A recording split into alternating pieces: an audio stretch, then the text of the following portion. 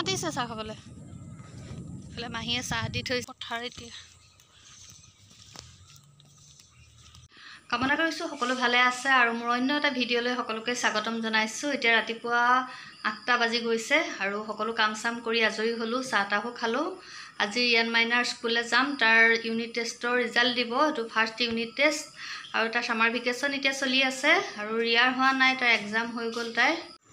মই এয়া অলপ দেৰি পিছতে যাম আৰু বাহিৰত বৰষুণ দি আছে কিনকিনকৈ। এইকেইদিন বতৰ বহুতেই বেয়া আৰু এবাৰ বিভিন্ন অঞ্চলত সেয়া বানপানীৰ সমস্যাৰ সৃষ্টি হৈছে আৰু বহুত ঠাইত মানুহখিনি সঁচাকৈ বহুত সমস্যা হৈছে আৰু বানপীড়িত অঞ্চললৈ গৈ বহুতো অনুষ্ঠান প্ৰতিষ্ঠানে যি যেনেকৈ পাৰে তেনেকৈ সহায় কৰিছে আৰু ময়ো এটা NGOৰ সদস্য আৰু যোৰহাটৰ জাজিমুখত আৰু নিমাতীঘাটৰ কাষৰীয়া 2-1 অঞ্চলত আমাৰ NGOৰ ফালৰ পৰা সাহায্য প্ৰদান কৰা হয়।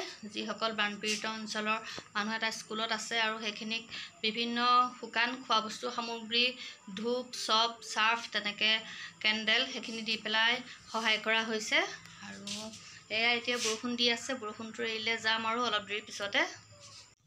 ইয়াৰ ৰিয়ান মাইনাৰ এতিয়া ৰিজাল্ট আনিবলৈ যাওঁ, ওলাইছোঁ। হ'লনে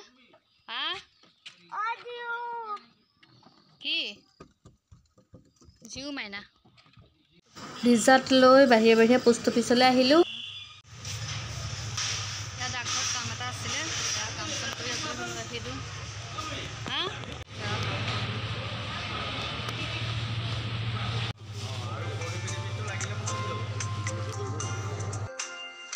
একদম ভৰ বাৰিষা এতিয়া আৰু এয়া দেখিছেনে পথাৰত পানী পূৰা ফুল হৈ আছে আৰু ভগৱানৰ কৃপাত আমাৰ ঠাইডোখৰত যেনিবা বানপানীৰ সমস্যা নাই।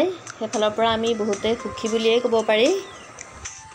এইফালে এহেঁতকেইটা ফটো মাৰি আছে, এয়া দেখিছেনে কিমান ভাল লাগিছে, বতাহ মাৰি আছে ধুনীয়াকৈ।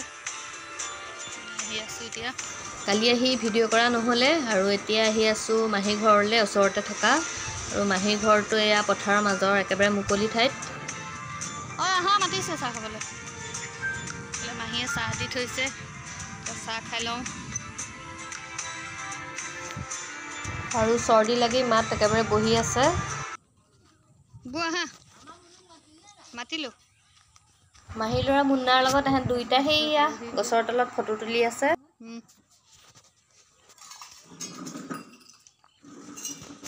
মাহীয়ে এয়া মুকলিতে চবলৈকে চাহ বাকি আনিছে আৰু এনেদৰে খাই ভাল লাগে। বাহিৰতে খাওঁ, বাৰান্দাতে বহি লৈ এয়া বিস্কুট আছে, চব দাঙি লৈ আনিলা। এতিয়া পূৰা খেতিৰ ছিজন আৰু এইফালে এয়া কঠীয়া তুলি থৈ দিয়া আছে। আমাৰ ঘৰত খেতি কৰা নহয়, আধিহে দিয়ে।